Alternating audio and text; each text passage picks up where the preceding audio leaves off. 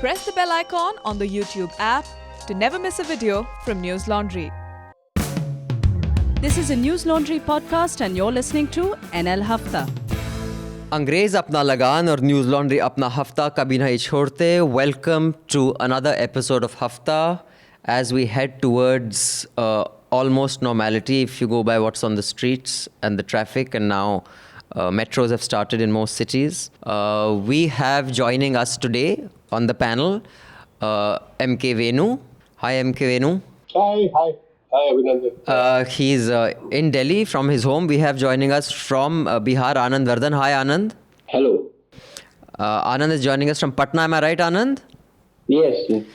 In the studio is Mr. Raman Kripal. Hi. And Manisha Pandey. Hi. Our usual panelist Mehraj has had to take leave for some personal reasons, so he shall be back hopefully next week. Before we get into the headlines, I just want to thank so many of you who have written in, even though the Hafta is free for the last several weeks and will be for the next few weeks as well. The spike in subscriptions that we saw last week, I can only I'm wondering what it is because of, but I guess it is because many of you felt that it is about time you started paying for news, judging by what's happening on broadcast channels these days. Or maybe some of you were shamed into feeling guilty, like I tell you that मुफ्त में news consume करते हो और फिर तुम सड़ते रहते हो that news is bad. But thank you all who have subscribed. The Hafta will continue to be free for the next few weeks. Our new website in its testing phase. If you're one of the subscribers who have been sent the test site just to give us feedback, please do give feedback. We will be opening the site to more subscribers before we make it completely live so that we can test it and all of you are happy with how it performs. On that note, I will once again ask you to subscribe and pay to keep news free, because when the public pays, the public is served, and when you depend on advertisers, what happens is reality shows, which we are seeing enough of on television these days. On that note, Manisha, please give us the headlines, and then we shall get straight into discussing the economy with MK Venu, and I shall introduce him in detail then as well. Yes. Goldman Sachs has projected a deeper recession for India in FY21 with a contraction of 14.8% against the earlier estimate of 11.8 dip in economic activity. So bad news. But you won't hear of this much in the news.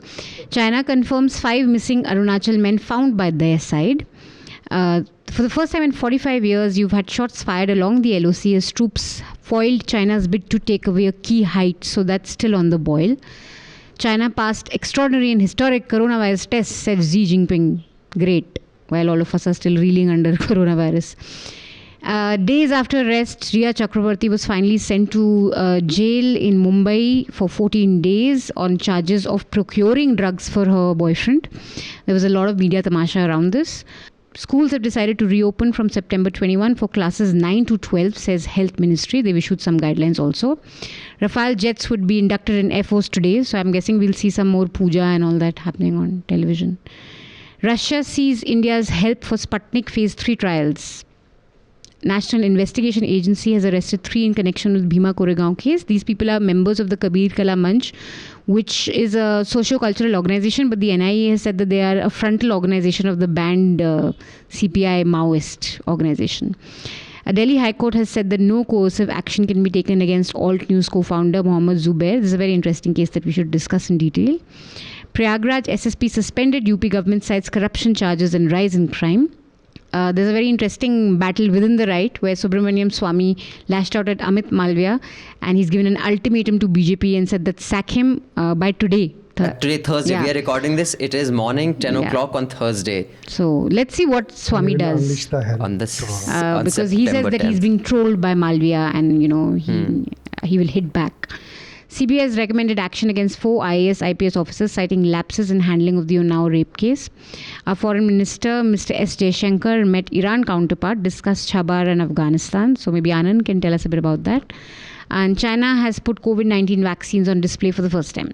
So we have all that. Just a couple of things. While the school reopening, the governments have said they should. I think most schools are not reopening this year. At least that's what I hear from.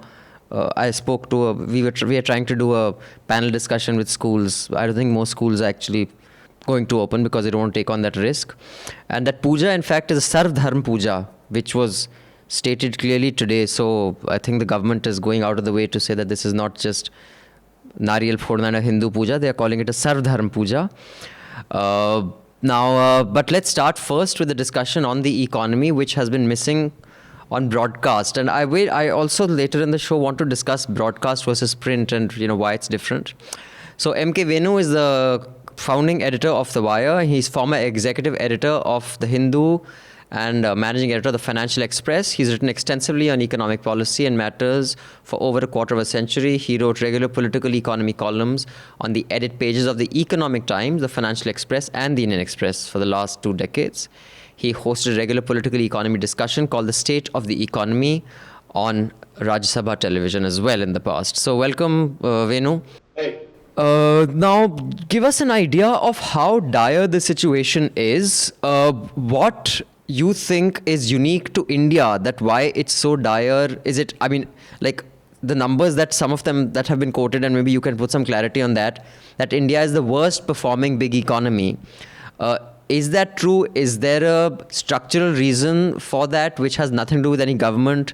And how bad will we be hit by COVID?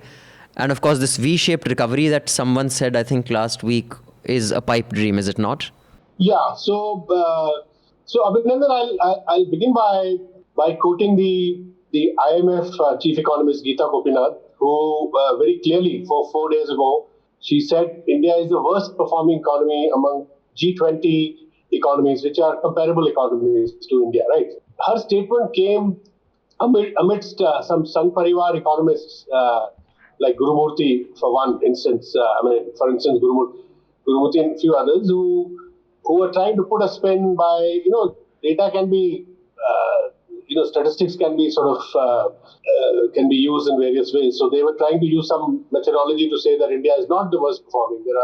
It's done better than many large economies. But then when the IMF kind of neutralized all these, interpretations, then I think everybody accepted that, yes, we are the worst performing. And as you know, we grew at 24%, 23.9, but I'm just rounding it off, 24% for the quarter negative GDP growth. So that was a shrinking. So that was a shrinking of 24% in the second quarter of 2020. Yeah, shrinking of.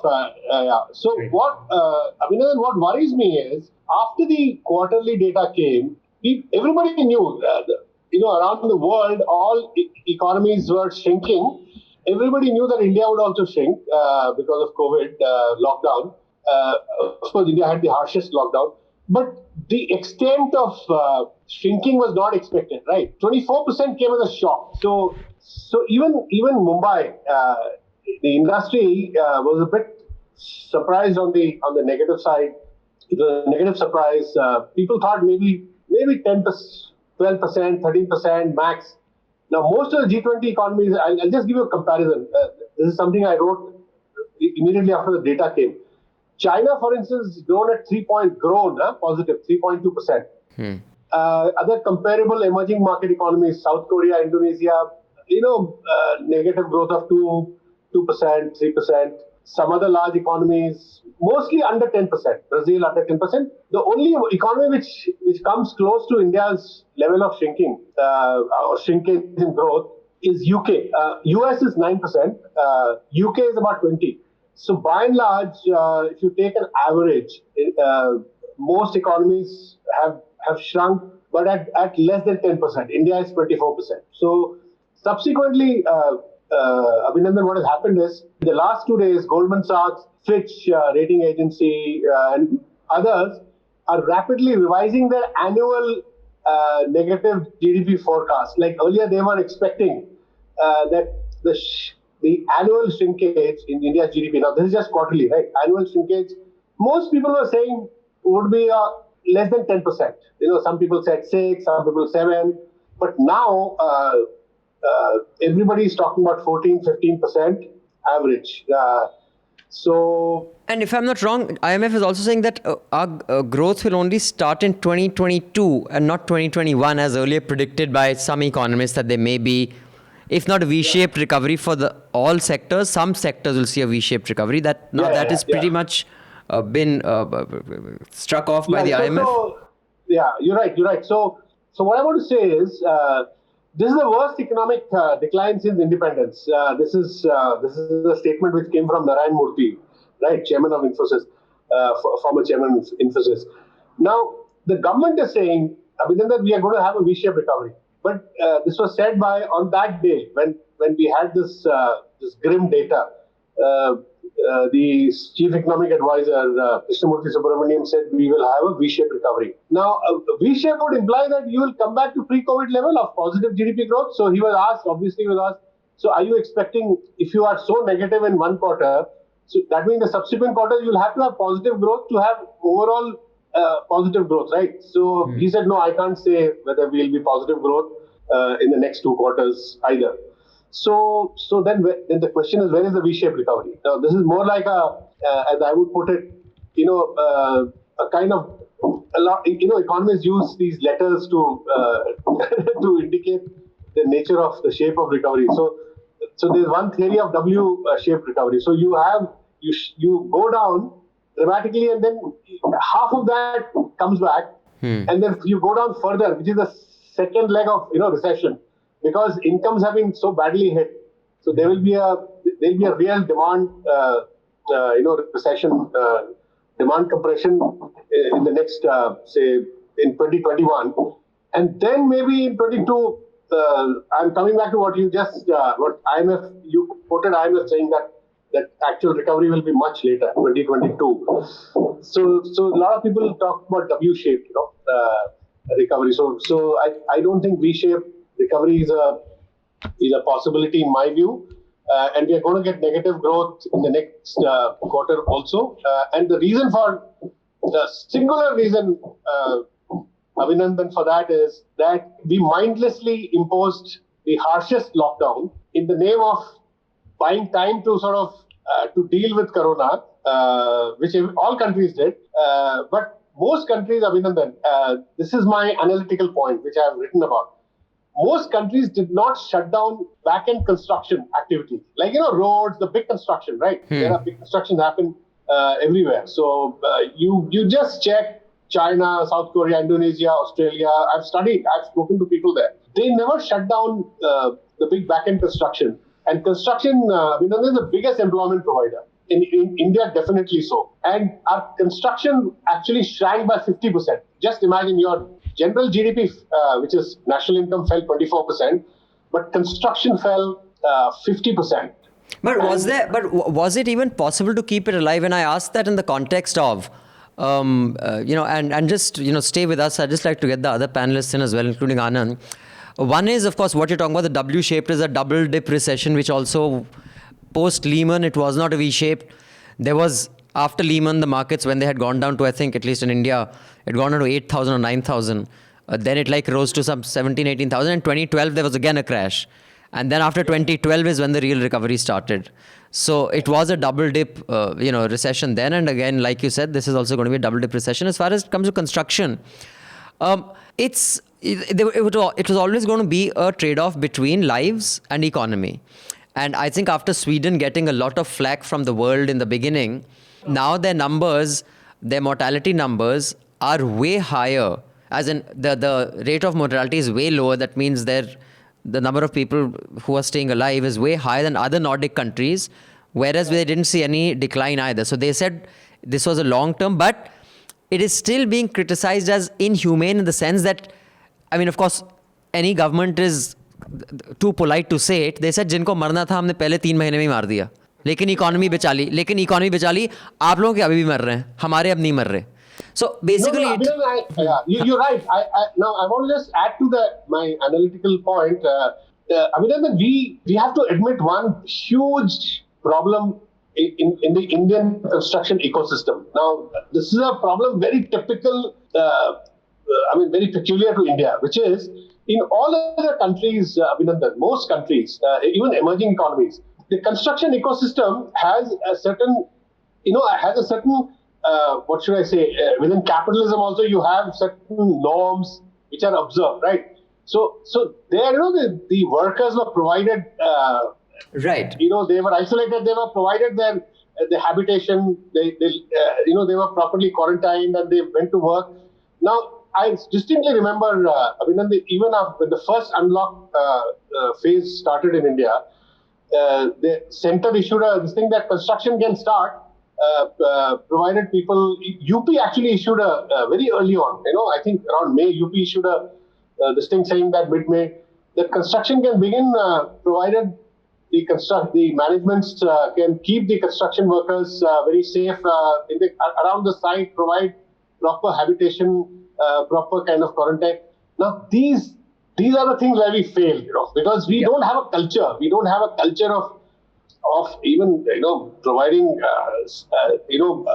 half decent employment benefits, regular employment to construction workers. Exactly. In fact, so you saw everybody on the road, right? Going down, and some we couldn't provide for them the things that other countries did. And some videos went viral when Yediyurappa was severely criticized for kowtowing to the construction lobby and said, we will not let the labor go home. Now, this comes to the point, a lot of labor is from actually Bihar, and Anand is there. While one can say that maybe we should have, allowed construction to go on, would the labor, considering much of our labor is so uneducated, there was panic, they were worried. They wanted to go back also. They wanted to go back. Yeah. And Yediyurappa, in fact, tried to force them to keep, and we on this show bloody lambasted Yediyurappa. So, even if one wanted to continue construction, are we saying, Anand, if you could weigh in on this, would labor have wanted to stay on? Even though they were starving, because at least a lot of stories that we saw, labor said that even if we get nothing to eat in our village, at least there's the community that will sustain you. In the city, no one bloody gives a shit whether you live and die. And there were some videos that went viral from Karnataka of the kind of hovels which were as good as gutters that these guys were told to live in. So Anand, you want to weigh in on that? Was that a practical or even an achievable solution at the time? No, because migrant labor can be of different categories, but here we are speaking specifically about construction labor. Now, as I have said earlier also, there are non-economic regions also for people going back, not only economy, that if you provide the economic incentive that we will be paying you and give a safe environment to you, and that would not be enough, because in a state of panic, emotional turmoil, the urban spaces have not ensured that emotional support system for the migrant labor. And I 2 weeks ago recommended an article by Dipankar Gupta, the sociologist, who has studied the migrant labor, the exodus of migrant labor back home during Surat pandemic also. Not what was that, plague? The plague in Surat, yes. And other mass exodus events in last 25 years, and his conclusion was that the non-economic regions are stronger. They invariably go to homes which are poorer. It is not that they are going back to have money there. They may be going back to families which are poorer than they themselves are. But if there is a panic in those moments, they want to be with their family. They want to be with more familiar environments where they have grown up, where their roots are. So the non-economic factors in a panic situation, in emotional turmoil, are also very important. So, I don't know, Raman sir, Manisha, if you'd like to come in on this, what could have been avoided and what couldn't. No, I feel that... First of all, were you in favor of the lockdown when it happened? Because I was. I said it's necessary. It was a complete state of confusion, very new situation. We didn't know how to react to it. So, of course, at that time when the lockdown was, I was definitely against Diya Jalao and Ghanti Bajao. But yes, lockdown, I wasn't against it as such. But I think going by the fact that the way the migrant laborers have come back to the city, I think if there was an economic activity or if there was a support from the construction Many would have stayed. companies, they would have stayed back.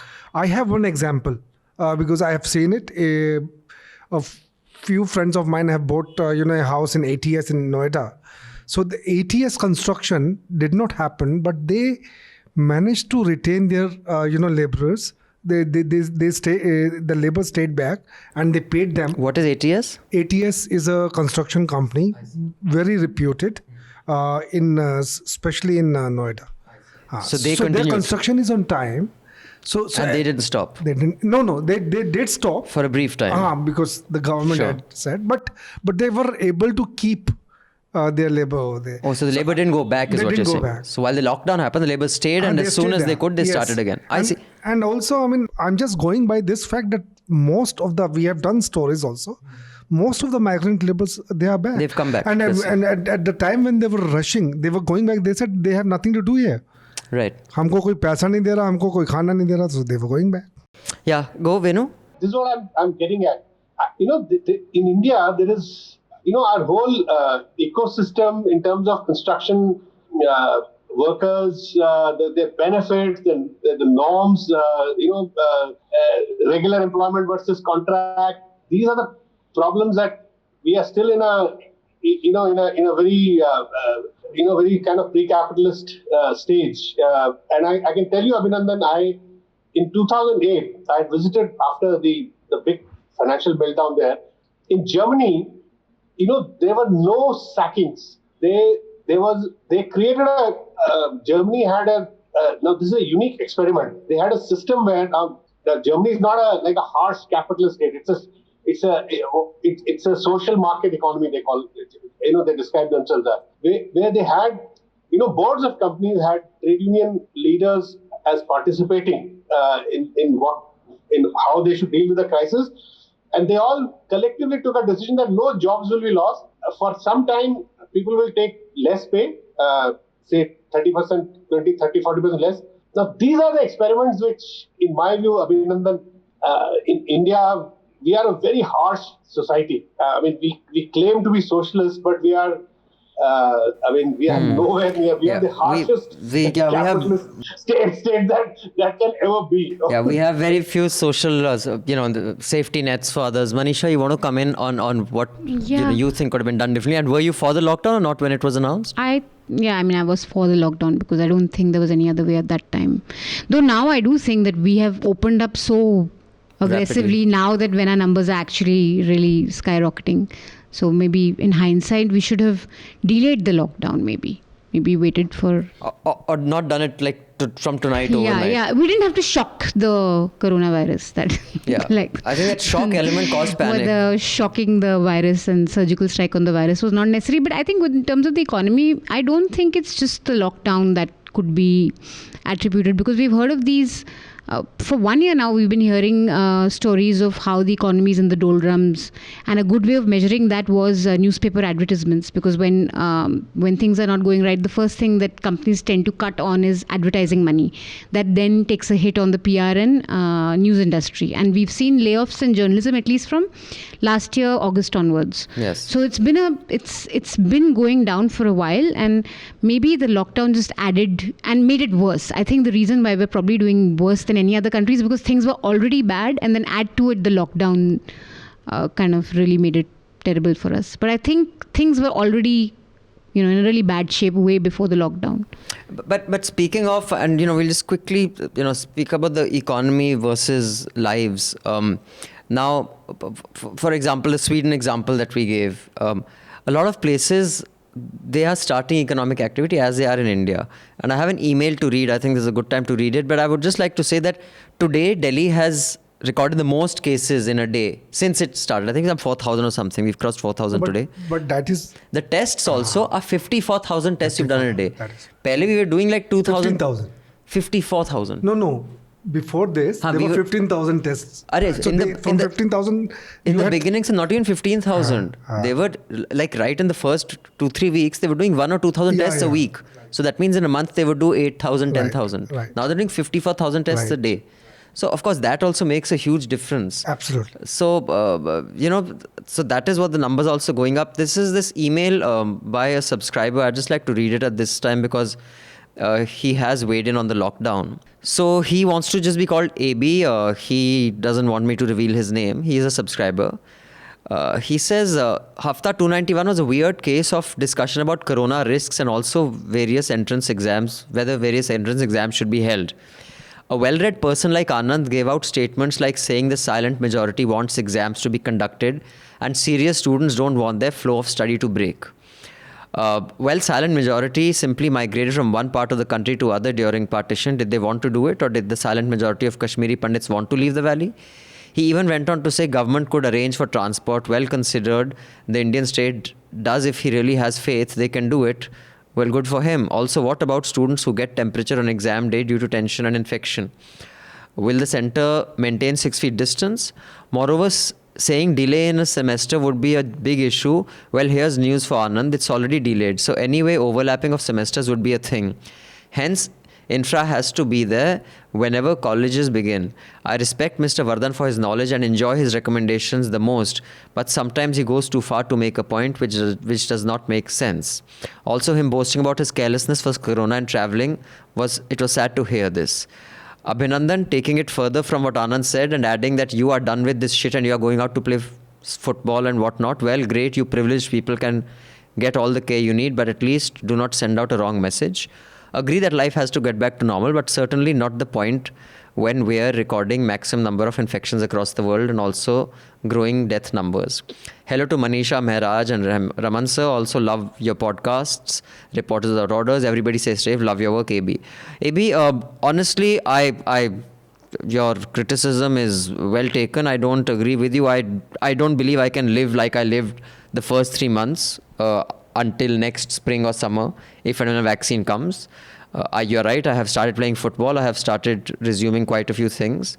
I'm not sure that's to do with privilege. Just for your information, where I play, while some of us who come are privileged, 4 of the guys who play with us actually have gone refugees. And they've been refugees in India for the last... 3 of them have been refugees in the last 3 or 4 years. One of them has been a refugee since he was born. And they're definitely not privileged. But we want to get back to a life. And I don't know. Anand, if you could step in and just respond to AB's critique of your carelessness. If the point is that he is more sensitive than me, then that's well taken. He can be more sensitive than me. So if it's a sensitivity contest, I am not part of it. So, but 2 things. So first, I was asked whether there was paranoia on the train. I said that I may not be the right person to answer that because I consider myself a bit careless. So far from paranoia, I am on the other extreme. I am a bit careless person. So that was the context in which I made that statement. So careless in the sense that beyond a point, I cannot be very particular about taking precautions or something. But of course, it should not harm others. That I am careful about. But the exam, I saw some of the reports in the exam. The turnout was decent, Anand. Or it was very bad because No. It has dropped by 23%, 26%. I see. And earlier the drop was 6% in earlier years. So this time it is 26%. I see. Anand, go ahead. Second point is that I said the silent majority among the people that I have consulted. That was my point. And people who seriously prepare for one whole year for any examination don't want to lose momentum. That is something you can gather through observations. I have myself prepared for a competitive examination for quite a long time. You don't want to lose momentum because of any reason. And if there are conditions which are reasonable enough to appear in an examination, you want to appear. That was my point. And of course, I know that the semester has been delayed, but that should not be an excuse for delaying it further if there are reasonable conditions for not delaying it further. You cannot keep everyone happy, all constituents of a very large community called a student community happy, but you have to find a way that is reasonable enough, and the postponement cannot be to an uncertain time frame. It means there is no guarantee that there is a particular point of time when things will spring back to normalcy. So you have to look for a reasonable way out of it. That was my point. You may have disagreements with that. Right. So now just coming to the economy again, and after that, you could just take 10 minutes, Venu. I want to discuss this one aspect. But before that, very quickly, if you could tell me now, what I am told by my friends who work on Wall Street and are in the financial markets, that they say the shit is going to hit the ceiling in Jan. In fact, they were asking me to sell everything. By the way, please don't take my advice based on my friends. They are all idiots. Everything means? Matlab, whatever market positions I have. So this is not a market recommendation. I'm just telling you what my not so bright friends say, and I usually follow their advice, and they have been right most of the time. But he says because now that the US stimulus is going to stop, right? There may be a second wave of the $1,200 checks, but the large banks being funded, and also in Singapore, which is another financial hub for Asia, they are saying we were not firing our team members because. So now, from your analysis, Venu, because this is your area of expertise, is the shit going to hit the fan in Jan? Because when the governments internationally stop, this money that they're giving to incentivize people to not fire people, and then the firing start, and a lot of that money is finding its way into the Indian market. That'll get sucked out. Does the market crash? Does that lead to job losses? Is the worst yet to come, in your view? So Abhinandan, you're right. Most other economies, India has not done it. UK, US, Singapore, Germany, Europe by and large, and many Asian economies also. They have, there's salaries have there have been job losses, massive job losses across the board, and they're coming back.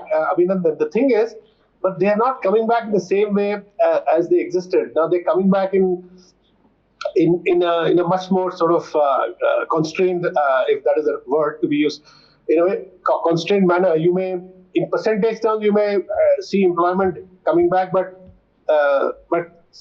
salaries, the pre-COVID salaries may have shrunk. What people were getting earlier is not what probably they'll get. But what's the impact on India when the US stimulus stops? Because they are not going to continue the stimulus, right? What happens to India? So I'm coming to that. So the money that direct stimulus, the money that the US and other economies have been putting in the hands of people, the day that is withdrawn, we'll have to see how much of that is replaced by natural incomes coming to the same people or natural level of employment that happens. Today, there is massive disguised unemployment everywhere.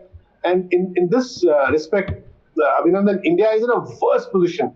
In India, there is a survey which showed, survey by Indian Statistical Institute, Kolkata, last week. I think some of the business channels carried, even Times of India.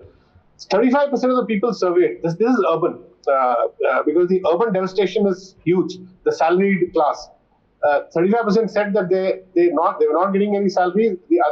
Another 35% said their salaries had gone down by 50%. Now, India is not even giving direct stimulus, not putting money in the hands of the people. Those who have gone back to rural areas, they are somehow surviving on very subsistence.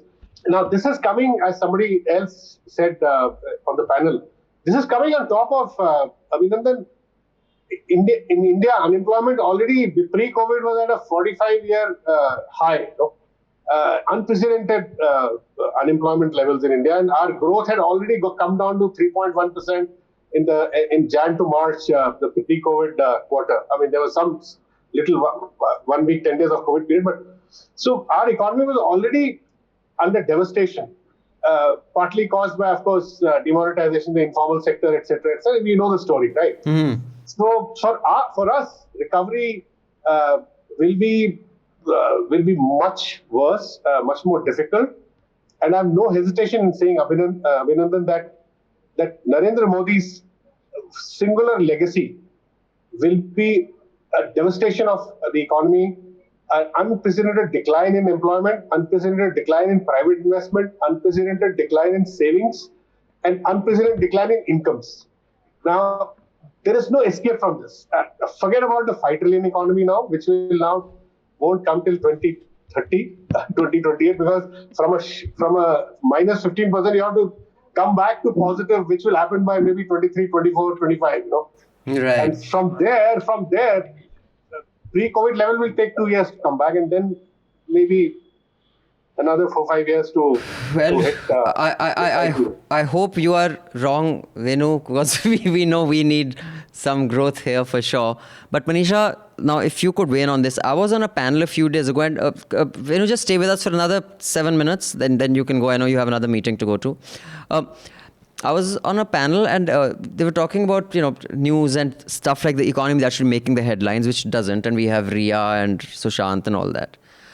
And the distinction that we were drawing, the same group, what they will run as prime time, on the next day will not find its way on the front page. Let's be fair.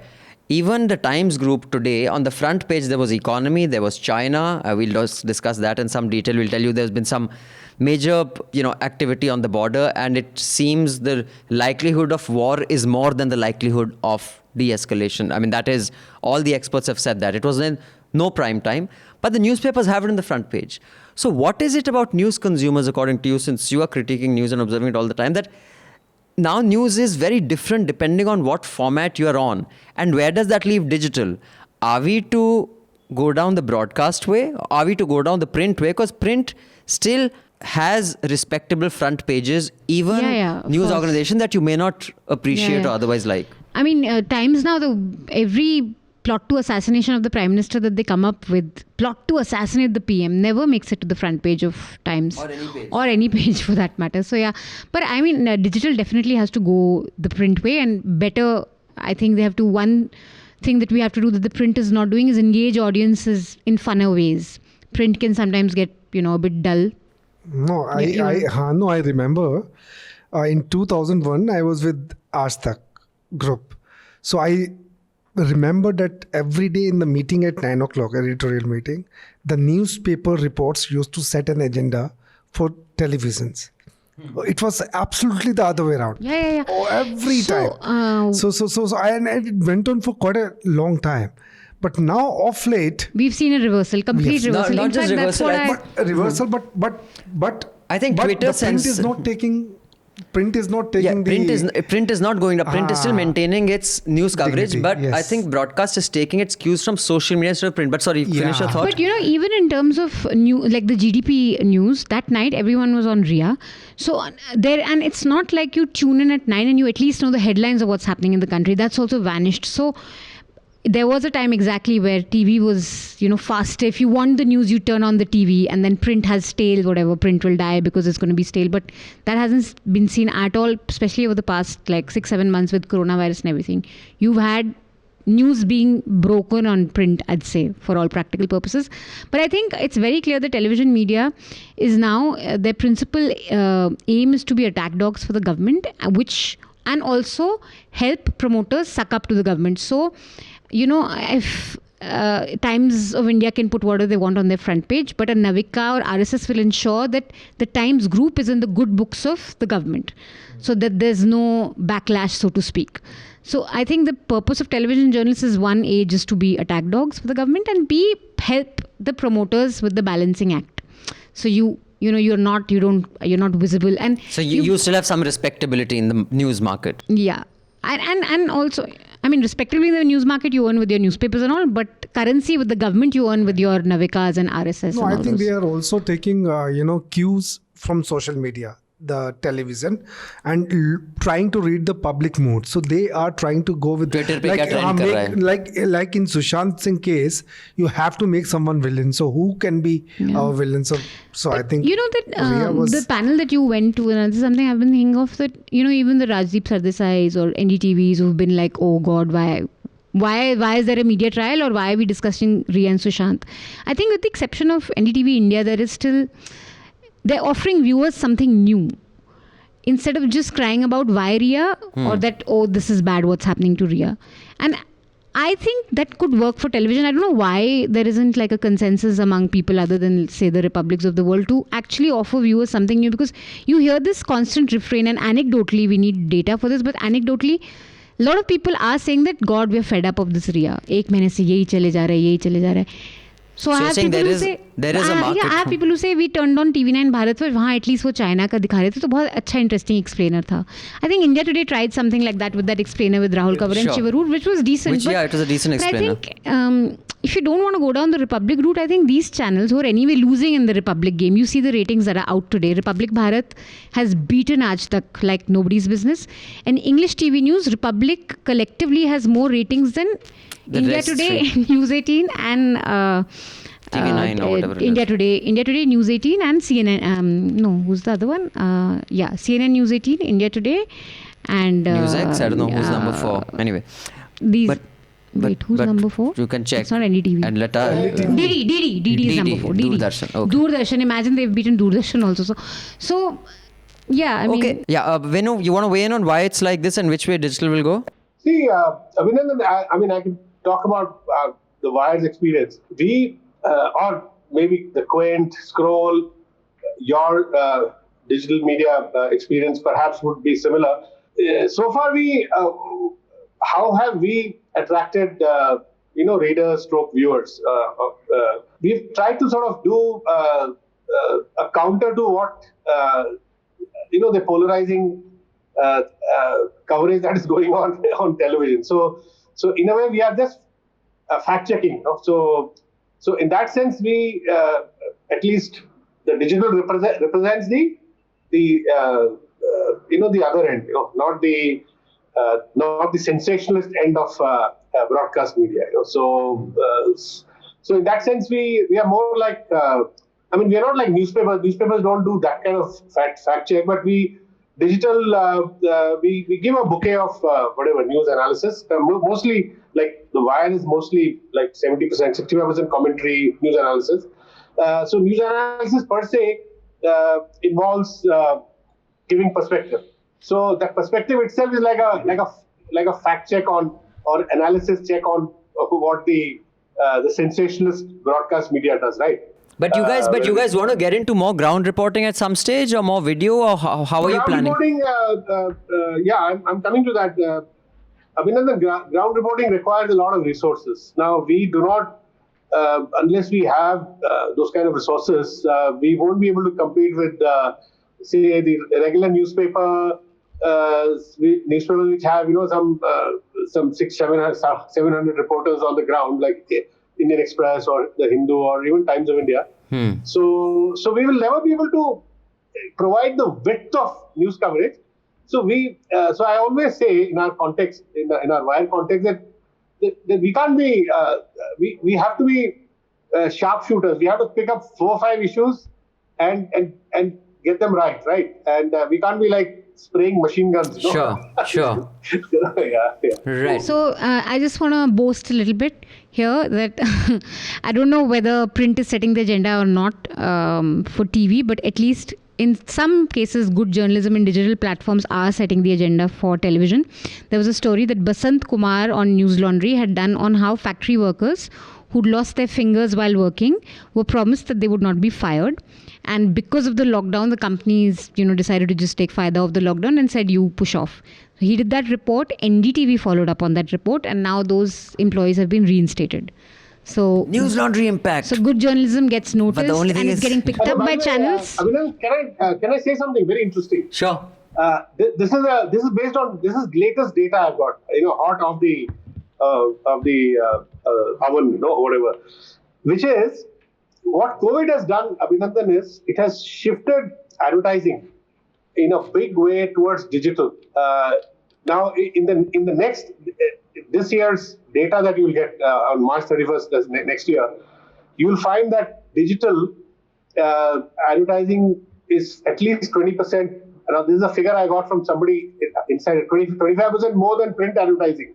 Wow. That is because people are not, I've been told by print publishers that they are still operating at 50% of their copies, pre-COVID copies. It's not improving. And they are saying that they are waiting for the festive season to see whether it will improve.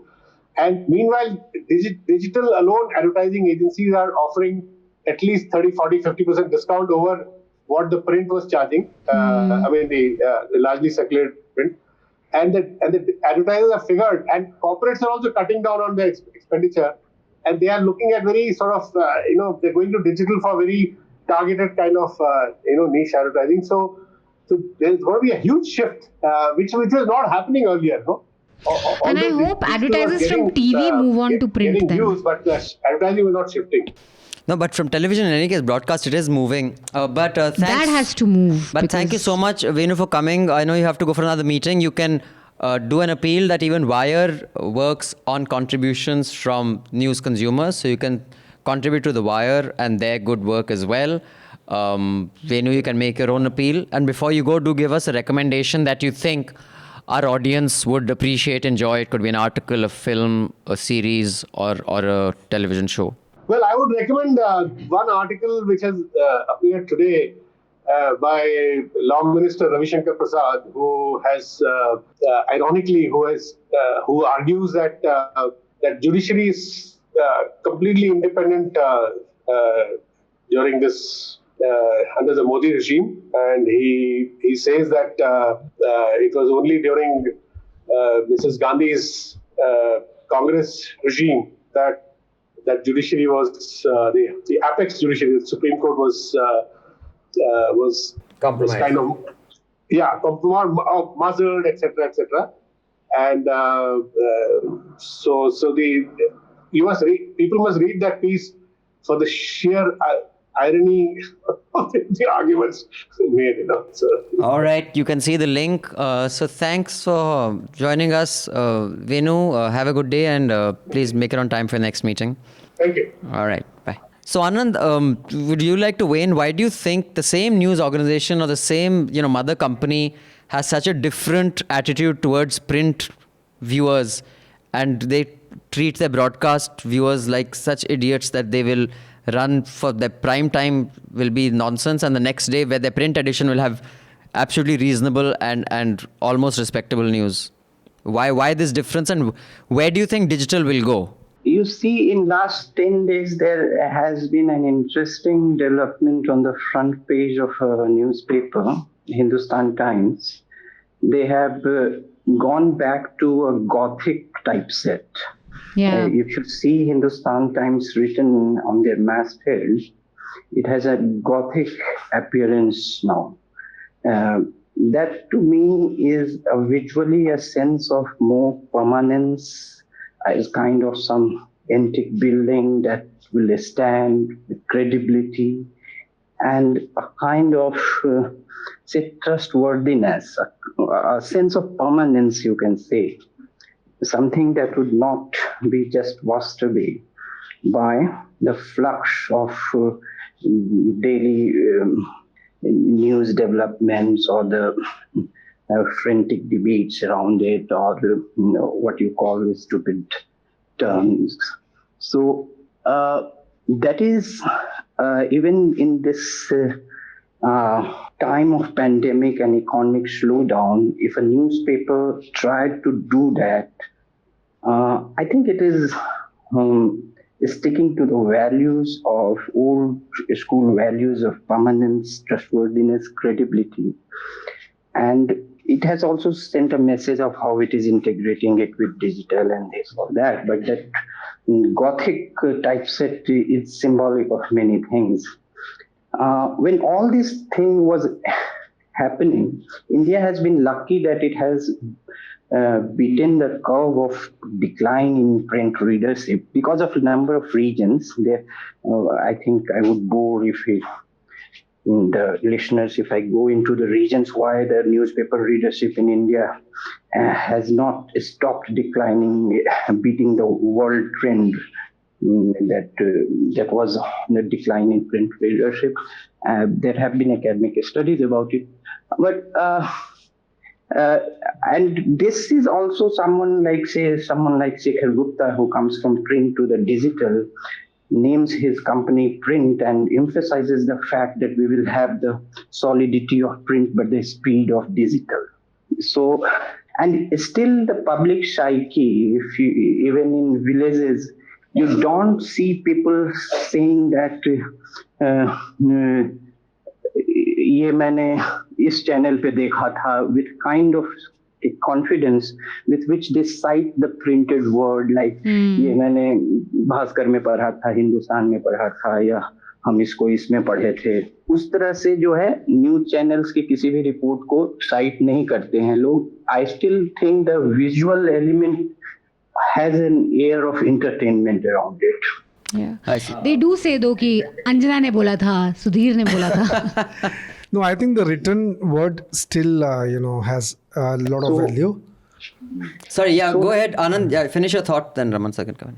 So, and the tabloidization of press, it is not something that, like, see, even in 2005, you had the 9 p.m. primetime show being given to a star cast of Bunty and Bubbly, Abhishek Bachchan and Rani Mukherjee doing NDTV shows at 9 p.m. Yes. And Jerry Pinto wrote a piece that, yes, it on NDTV itself, that it is news at 9, then I am Karan Johar.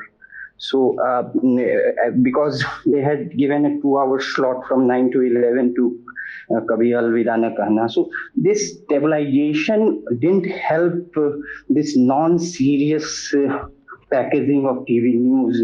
And it's not a very new, it may have gone to a quite different dimension now, but it has not been an overnight development. Very true.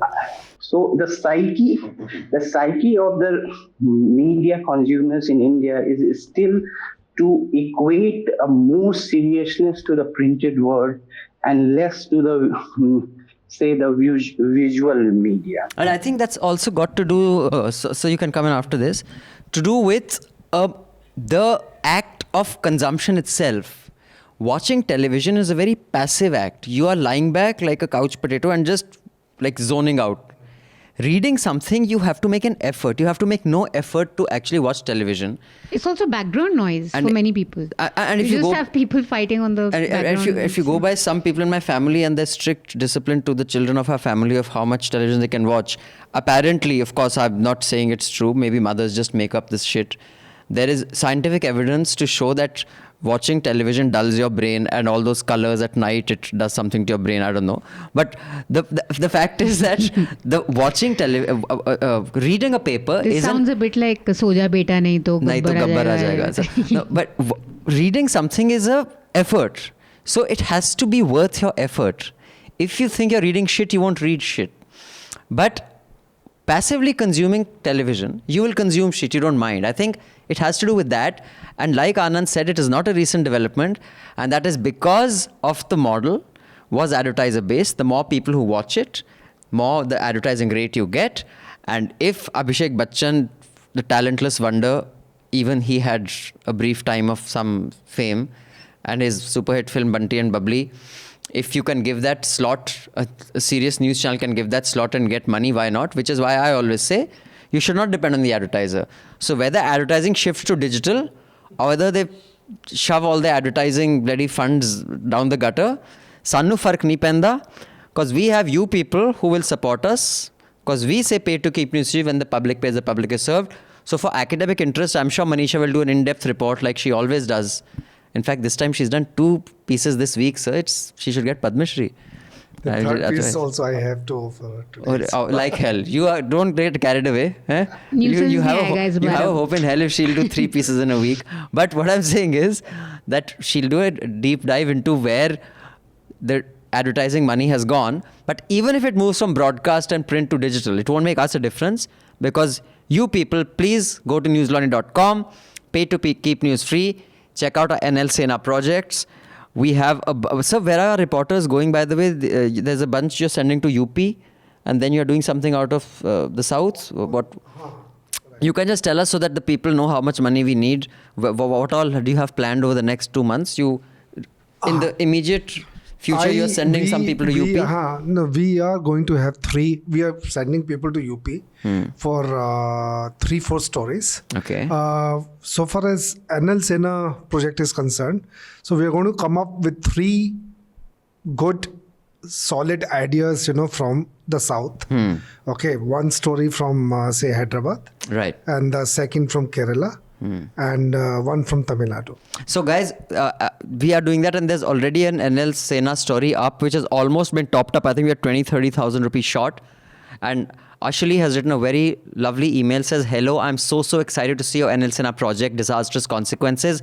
I love News Laundry, but since I've subscribed, I've been thinking that you could do more to cover environmental and climate change issues, especially the EIA draft and MOEFCC's response to comments. Anyway, I have donated to the project, but I also just want to say I could help out with other support if required. I'm a geographer, urban planner who is working on climate resilience in Indian cities.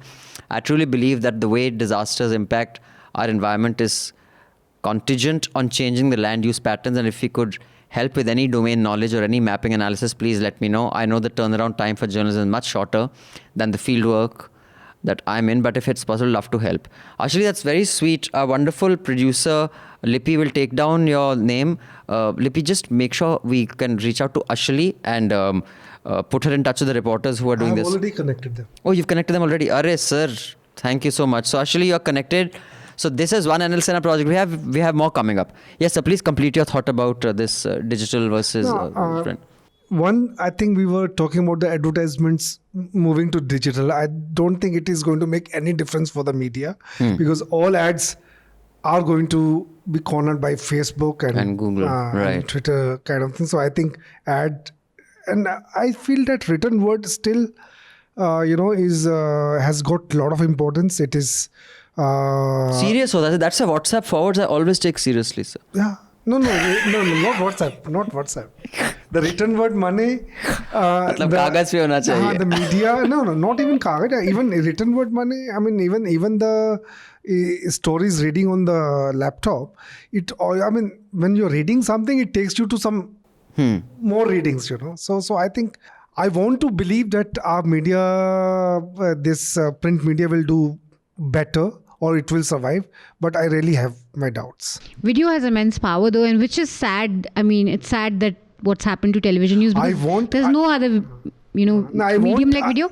But I'm just one thing I just was thinking about this, that maybe television news will mirror entertainment, TV entertainment, which has also gone to the dogs. And then you had like a Netflix and you had smaller, people making, and now those guys are making money. So maybe in the news world also, Arnab will just take it down and just finish it off. And then maybe something better in the video space will come up. Because there is people love watching videos. I mean, there's no doubt about that. People like watching more than reading. This is something we can't fight. That's true. So there is a lot of audience out there. There is hungry for good content. So maybe there is a huge audience to whom we can cater to in terms of video news content. I think that's something that digital should definitely focus on. I want to see the print alive. That's another matter. I want to see it alive.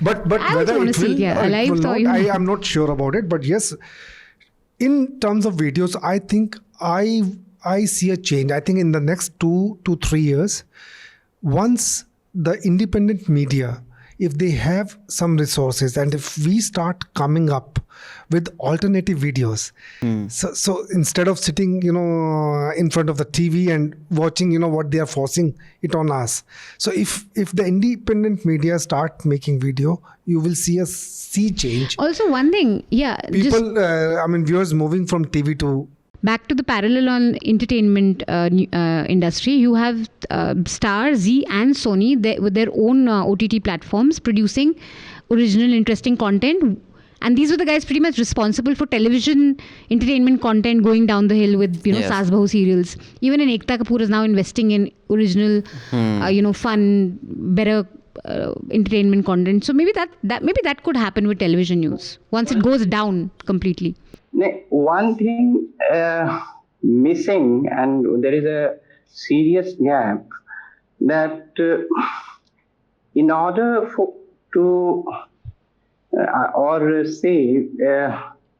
the process of the digital replacing other forms, or not replacing or adding to the other forms in the mainstream, the serious gap is that they are not seen as mainstream enough. And it is because the current spectrum of digital news properties in India are divided into two.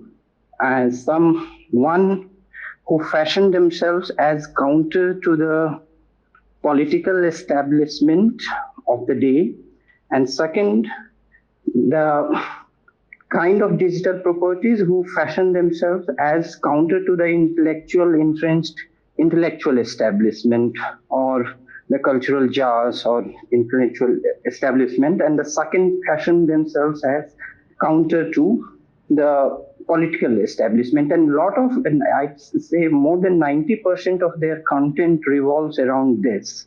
And that is not mainstream enough. I think to be a Times of India of the mainstream space, the digital properties have not explored that. And now they have just, say, echo chambers. Like, yes, if you have this kind of political inclinations, you go to this kind of digital property. And if you are not from there, you go to that.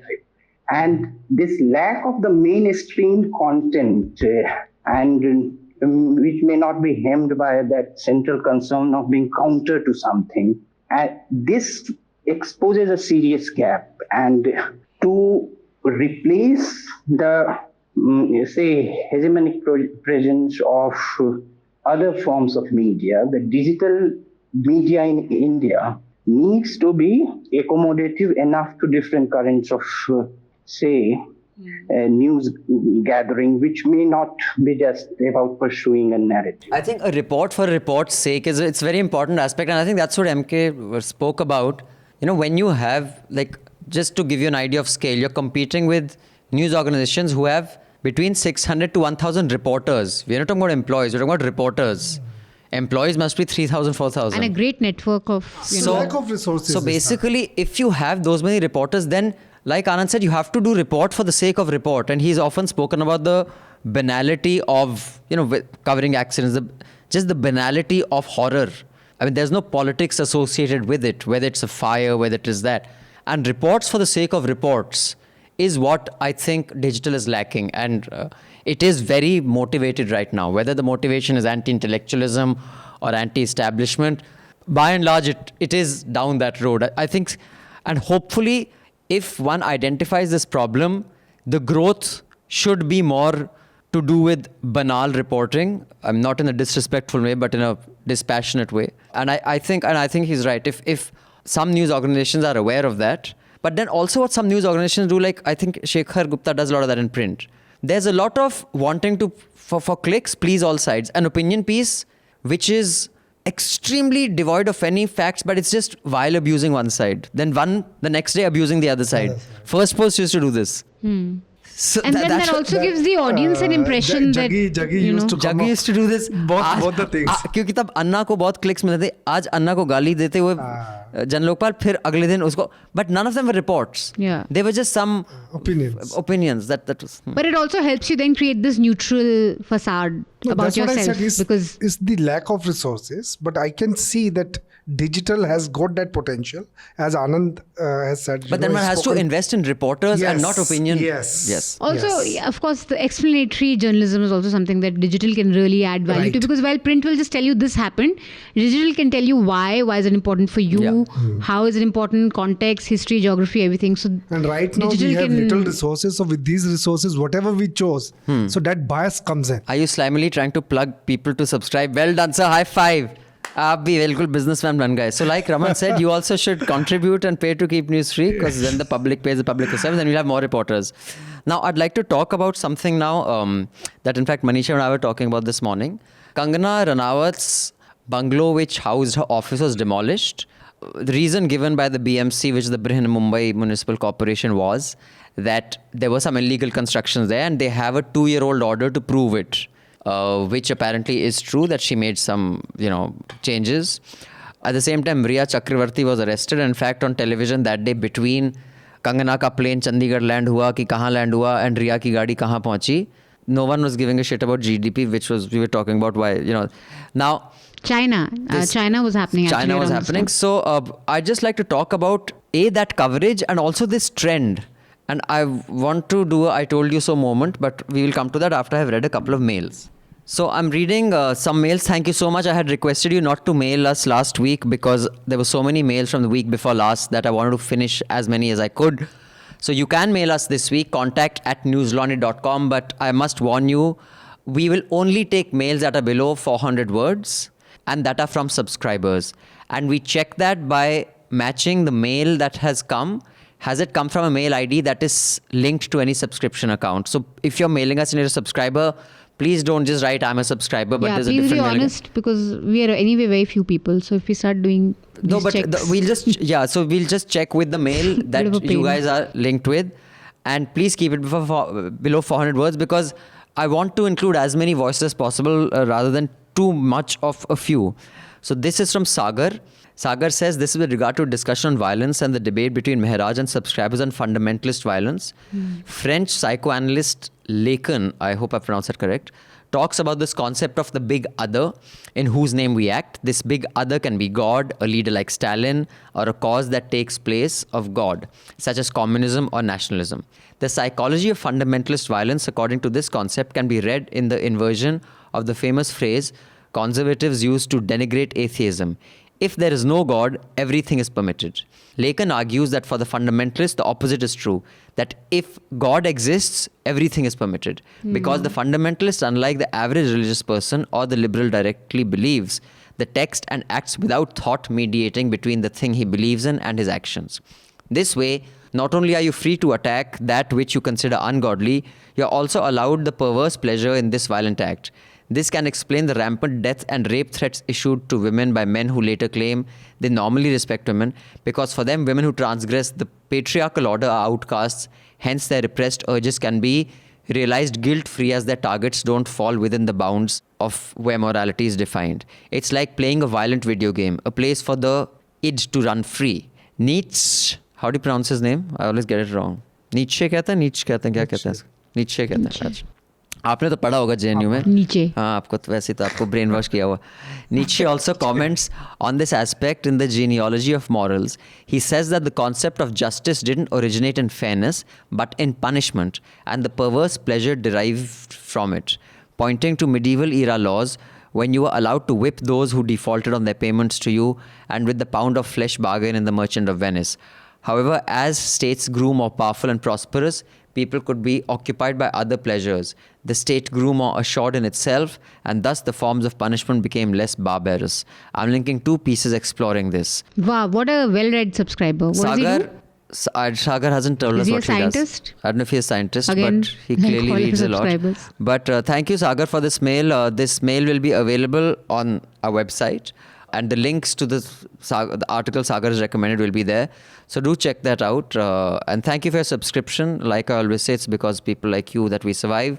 And this actually ties in very well with the Justice for SSR campaign. People are so, like, they have nothing to do right now. So I think that's why this whole vehemence of... And they find it justified that we are doing it for a noble cause. Yeah, we are doing it for hamara bhai jo mar gaya tha. When your economy is down, when you're locked down and everything's going against you, you just find purpose in this one justice campaign, which is actually just a medieval witch hunt. Bimal has written a mail that is longer than 400 words. So Bimal, I will not read the whole thing. You say last few episodes, lots of discussion happening on cancel culture, freedom of expression, concept of justice, honoring of contract, etc. Though these concepts are kind of sorted out on a broad agreement, then you've listed out about 11 things in point wise. 1. Freedom of expression comes under liberty. 2. Liberty along with equality and fraternity are the basic conditions for modern democratic state to function. 3. These 3 conditions does conflict with each other at times, and in such situations that application of justice comes into play. 4. Justice is fairness in a modern liberal state. Rawls. I don't know what that means. This is because concepts like consent, contract means nothing in an unfair society. 5. it's unfair and hence unjust in my exercising of liberty. If my exercise of liberty comes in the way of another individual's liberty, equality of fraternity. 6, liberty means every individual is free to associate or to not associate with any other individual or group. 7, but the right to not, etc., etc. Then you give the example of J.K. Rowling, her publicly stating that her position on trans women are not real women.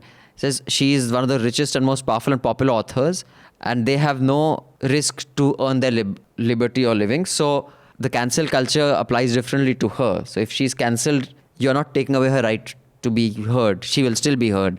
And you have then put many things, and in the end you've put the Bloomsbury case. In the Bloomsbury issue, both parties seem to have fair access to power. Bloomsbury not publishing didn't make the authors with no source to air their point of view or earn their living. The authors suing Bloomsbury is not going to make Bloomsbury go out of business. It's not a freedom of expression issue, but more of a contract issue that needs legal recourse. And you've ended with a line by saying it isn't because justice is fairness.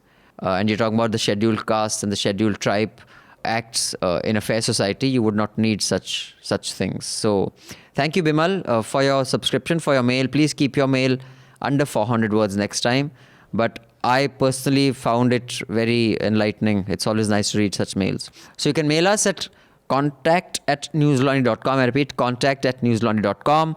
And you have to be a subscriber. Otherwise, I will be unable to read your email on this. And Raghu Raj Hegde, 1073 words, bro. Seriously. But anyway.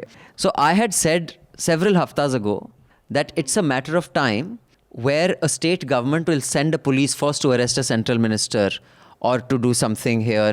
And then that police force will say, I will not let you arrest this person. It'll lead to a constitutional crisis. Because when you break down all institutions, whether it is the courts, whether it is commissions, whether it is RTI, as a recourse, you've destroyed everything. Then whoever has an army at their disposal says, I will use that. If you are a government, you have the police at your disposal, you have the MSD, the municipality at your disposal. If you are a random crook, you have Karni Sena at your disposal. In the good old days, Bal Thackeray had the Maratha Manus at his disposal that he evolved into a political party.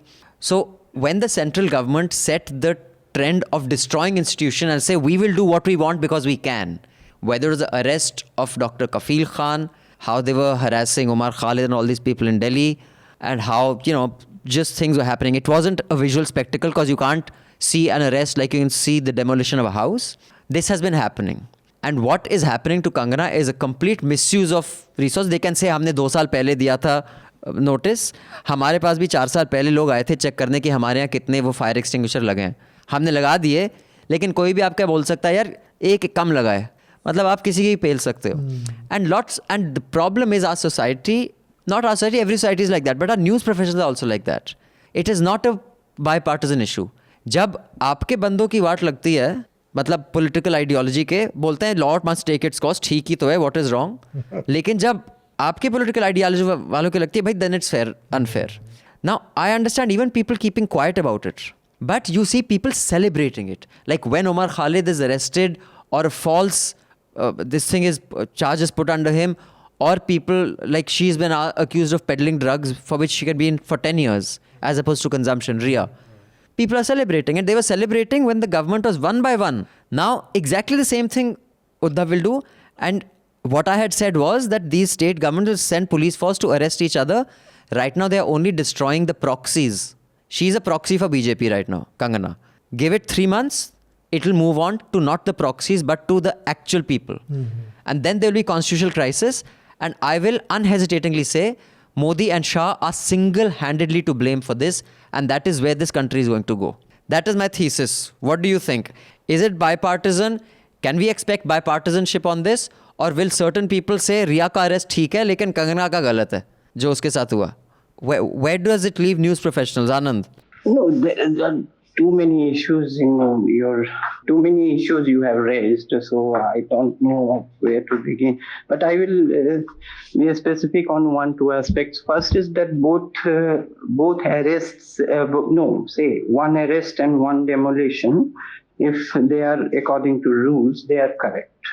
So if the arrest followed 3 days of integration by a professional body, of Narcotics Control Bureau, and they have sufficient ground for arrest. It is okay. If her office was demolished and if her contention is that others have buildings have not been abolished for the same infringement or encroachment, then that's a poor defense. If you were in wrong and if BMC proceeded with that, now High Court says that was wrong, so okay. But I have sympathy for neither of them. But I have one thing out of whole coverage is that... Why do you have sympathy for neither of them? Not even Ria? You don't think she's been subjected to a witch hunt? Or that there has been... I'm not talking about media. Means if NCP... No, Ria. I mean, you said you have sympathy for neither. You mean you have sympathy for neither Ria nor Kangana?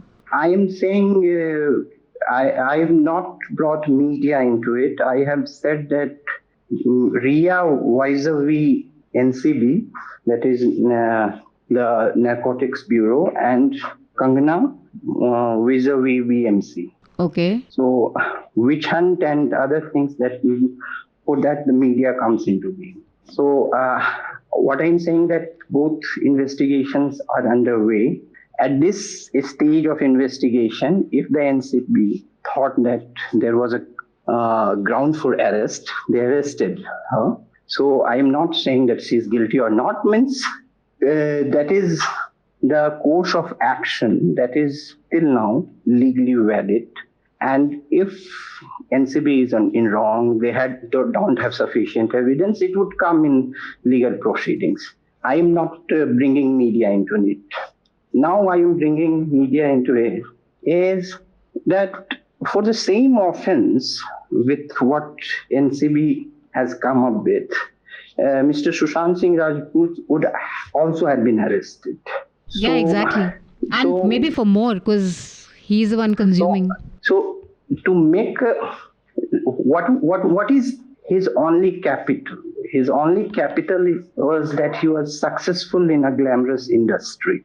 Other than that, I don't find anything.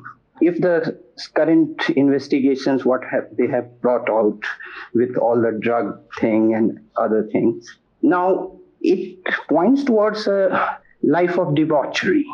And a debauched lifestyle, if it is being held up as a role model thing for people to ask for justice, it is wrong role model to... My God, Anand, you're going to be trolled for this, and your Bihari brothers will... ये तो election Not a but question of Bihar. now it's okay. Yeah, I don't. तुम जल्दी पटना से दिल्ली आ जाओ. This will not be.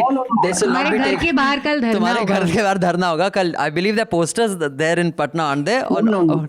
Then you don't have a sense of Patna. Patna doesn't have that attitude to him. I think media is a wrong mirror of a lot of things. I don't think all Biharis or all Patnaites care about this so that much. sentiment for him. So anyway, I was not very fond of him from day one, to be honest. In terms of his acting? And anyway, with a particular lifestyle, and I feel very alienated to that kind of. But that may be my personal comment. But I am coming to the point that a life of debauchery, of excessive drinking, of excessive smoking, or marijuana, or this cannot be a youth model. But that's not my question. My question is the use of state machinery as a way to get even is something that is going to lead to a constitutional crisis. And with each party attacking the other's proxies, whether it is their homes or property, it is going to move into directly attacking politicians as well. Don't you think this is unique and it is new? It is, I don't think this is something that we said it was always like that. It was not always like this. Sure, there were isolated cases, but now this is the norm. Fisher say that the writ of the central government not running in, say, states. So the cooperative federalism, the crisis of cooperative federalism, or something that, say, as you say, use of institutions for the objectives of the central government. Now, if you have a very confrontationist state government, the things have come to this stage, like the CBI coming to West Bengal and Mamata Banerjee sitting with a police officer on a dharna I think 2 years back, was a mini show of this kind.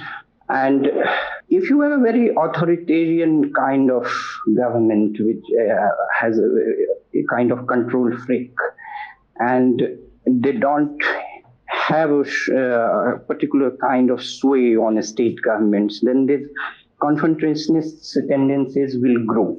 And will grow. Also, we have to see that with 20 years of interregnum of a more accommodative politics in coalition era, the deepening of democratic process with multiple parties and then coming of an authoritarian government in 2014 means authoritarian in a different way. I am saying that is with a majority which has a very solid consensus to derive its authority from. Now, after the deepening of the party democracy with multiple parties, we always had a coalition kind of very jumbled era. Now, this phase in Indian polity of the multiplicity of parties, all having their pressure groups, their people who can have their own nuisance value in a different sense. I'm not meaning in a pejorative sense. So this is a new kind of encounter in Indian politics, because the 20-year cushion era didn't expose us to this possibility. And it would be a learning phase in Indian polity itself. So what do you think? You think this use of state machinery, Karni Sena landing up, in fact, the visuals in Maharashtra, the numbers of COVID are going through the roof, Bombay's, but Karni Sena landing up, Shiv Sena landing up, MCD being used, BMC. Postman being heckled. No, but I want to come to the media role, because for the first time there has been accusation by two different channels. Media is orchestrating. Of the media is orchestrating protest. an event, and yes, and again this whole, the Arnab sympathizes that he's normal. He's not normal. He's fucking insane. And there is bias, and there is someone who is motivated, and then there is someone who's insane. That they're different things. But coming to this whole thing, do you think my prediction is still wrong, that it is question of time before one state government enters another state to arrest a minister? Or demolishes house? Do not completely agree on this point that Modi and Amit Shah are solely responsible for this. I think the bureaucracy was politically committed even during the Congress time. Okay, but not to the extent that it is committed now. It's completely, abused by Modi, and I agree. But even during Congress regime, you had, the bureaucracy, Sure. the police officers belonging to But what about courts? But now what I see, the trend that I have seen, that the center has unleashed NIA, Enforcement Directorate. Now ED on everything. Now CBI is quietly working, and also the other parrot is the new entrant is Narcotics Control Bureau. Control NCB. Bureau. Right. So like Anand is saying that again he's taking I think that line ki law will take its own course. But if you look at the Koregaon charge sheets, if you get arrested because you are keeping some literature on marks, okay, so you and there is no evidence, circumstantial evidences you are giving, but no material evidence, and you are making such arrest under such draconian act. In 2 years they're And inside. you are keeping them behind the Also, Kafil Khan, what Yogi did, that the speech, it was plain to see. It was like bad Hindi films, Dekhte hain, hum arrest kar lenge, rok ke dikha do. Kis charge pe jo hum chahein. He's saying that, and the court has said, pyar se, he's in fact doing a national integration speech. But they're saying hatred. You see this, which is the agency that has acted against Fact Check ka jo co-founder hai. It was a sarkari agency that acted against, and he had to go to, Manisha, I'll just pull out the details. He had to go to the High Court to get anticipatory bail. Yes. Because he knows that the police will act One can keep pillowing lines of law will take its course, but the law's course is fuck all course. It's a shit course. So it should not take that course. It cannot just arrest people because some buffoon sitting in an office that has been given as a reward for dog-like loyalty decides that, bhai, let's investigate. No, everybody is trying to prove more loyal to Modi and Amit Shah, Now, there's another new entrant is Delhi police, by the way. They are also trying to, build up a case against CA activists. And we are going to come out with a series of stories. I mean, how they are linking, the CA with the Delhi riots. Right. So that... He was plotted in Shaheen Bagh. That's But Manisha, tell us about the alt news case, and after that also weigh in on how far do you think we are from state polices acting against each other? They're standing face to face, nose to nose. Do you want me to detail first, the whole case? Like what exactly just it was? basically what the people will just understand. So the National Commission for Protection of Child Rights filed a complaint and a case against one of the Alt News co-founders, Zubair, who's also a very prolific fact checker on Twitter, at least. Somebody abused him on Twitter, basically. Some of the stories that somebody abused him on Twitter, that person who abused him had his, a young child's picture on his profile. So he took a picture of the profile picture and retweeted it back to him, saying that at least, does your sweet or cute granddaughter know what you're up to? At least basically behave yourself when you have, your child's photo and all that. He said that I have been doxed. And that, people said vulgar things about my daughter. And this is not doxing because he's taken a picture of a public profile. And he's also mosaicked that picture. Yeah, and I would not do it. By the way, if I was him, I would have maybe just tweeted out that picture. He also took the effort to blur out the girl's image. Yes. So from his side, he was actually very careful, probably because he knows how these things work.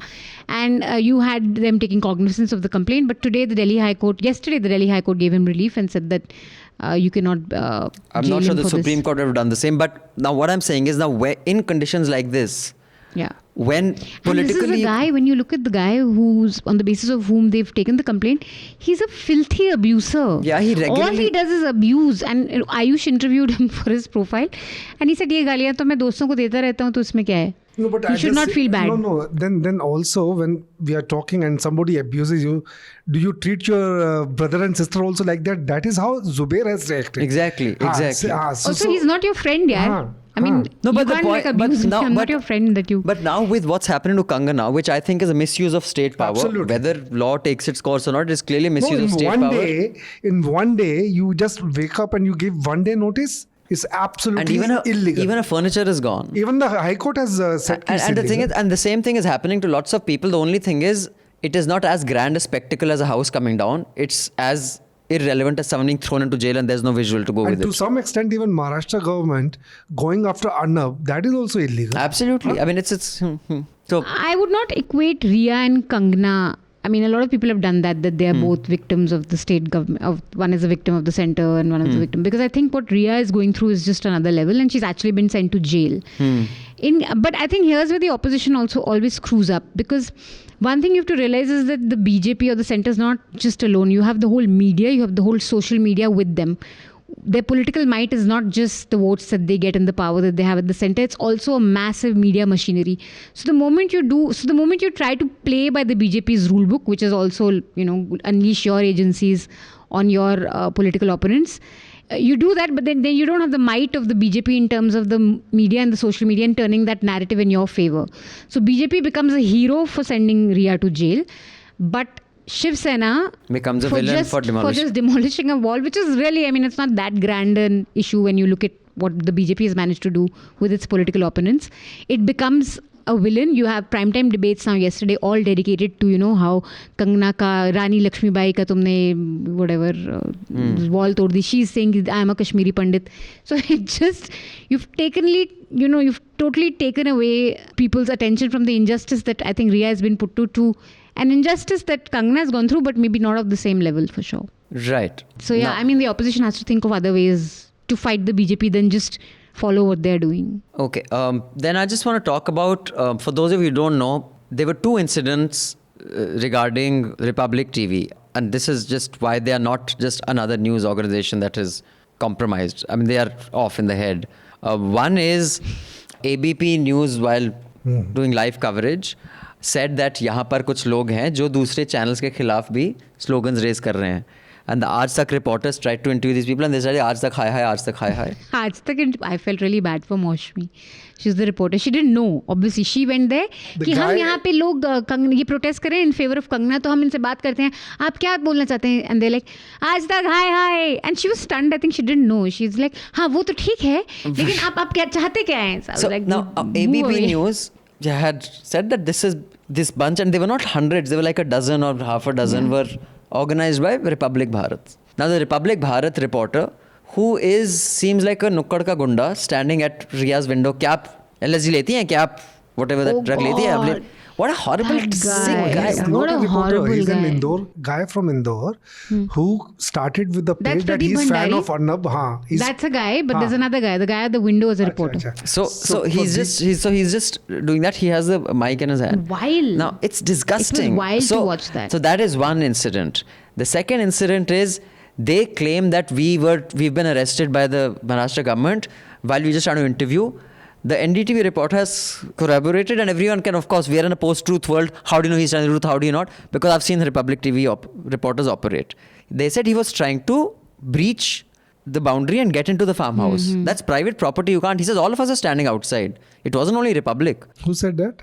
The NDTV reporter. Even in our shot, we've spoken off the record to a Republic TV employee who said that they were asked to go, but they weren't told what to do. They weren't told what the assignment is. They were just told to go into the house. And I mean, I've done a piece on this, on everything that's been going around in Republic TV's newsrooms, and former employees have spoken to me. But this is a modus operandi. They're often given guidelines to say, go into Shashi Tharoor's office. Just go in. And go in, and they aren't told what to do. Just go in. अंदर जाके करना क्या है? क्यों दिनों incident हो जाएगा?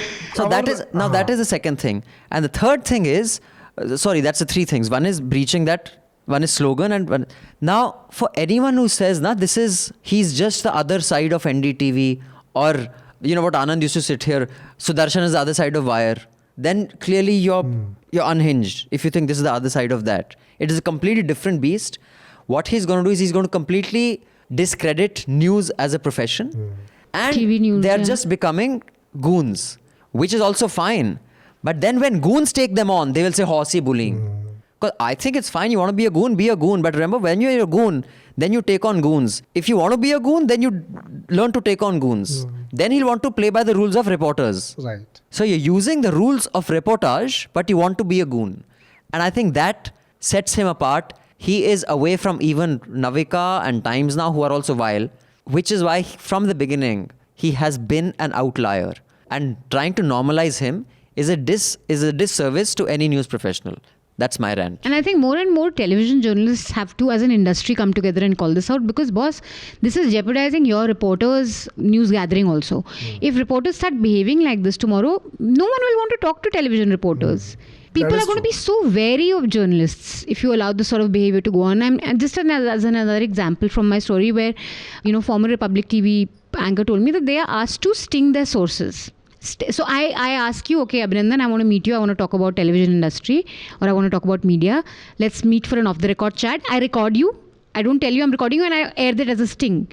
And I've seen this for the past, in this Ria's case at least, I've seen Republic air stings like, watch this sting, explosive, people, the doctor on the Disha Salia post-mortem talks. What is this sting? You can clearly hear the reporter say कि sir बताओ ना ऐसे क्यों हुआ. हाँ, ये totally off the record है sir, हम बिल्कुल नहीं चलाएंगे उसको, नहीं लिखेंगे, कुछ off the record conversation. बताइए कि कैसे, मतलब किसने करा उनका postmortem.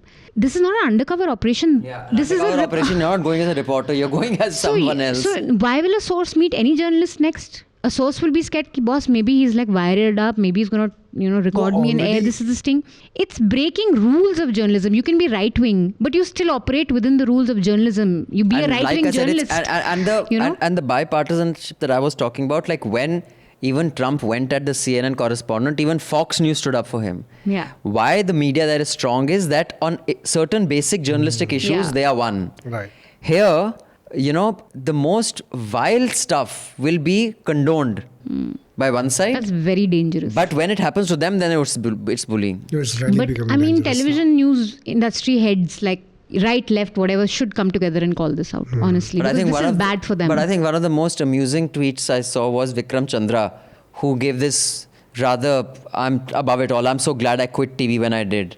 I mean, and now when they give these moralistic things, you did not do any favors to news. Anyway, before I move on to a few more mails, Anand, you want to come in before we just end with, I needed some information from you on Bihar elections, but before we come on to that, on this issue, if you have anything to do. No, means on the question of an element of fraternity on some issues, so there is none. Means, and I think let us give me an example of Hafta only, and if you rewind, you can find that. I like the political editor of the Karima. Few weeks back, I saw his Twitter that he was complaining that how the Editors Guild says that the complaint against it is alleged and this and that. I made fun of it. So I had brought two issues of attacks on journalists, and he was similarly very condescending in his tone about what to talk about fraternity, these are this and these are that.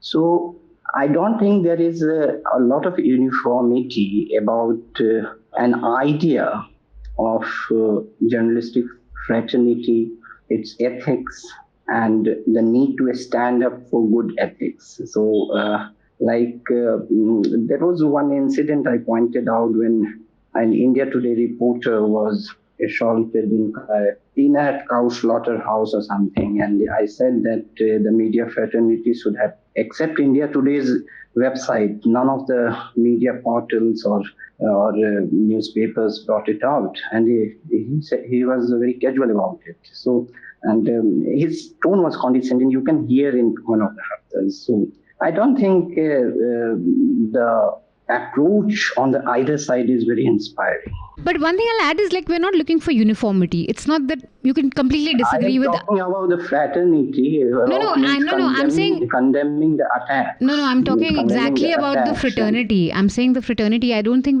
we want uniformity in terms of we all must have the same ideas of. You can even look at journalism very differently. But I'm saying fundamentals of journalism, not tapping your source, respecting privacy. No, that is a separate issue. I'm talking about a separate issue. When you are condemning attacks on one type, you should condemn attack on other type. I'm not bringing that Republic case. I don't know the details. Maybe what you are saying. Anyway, Republic case, it was trespassing. No, but that was trespassing. No, but I also. And in case of Caravan, there was an attack on the three.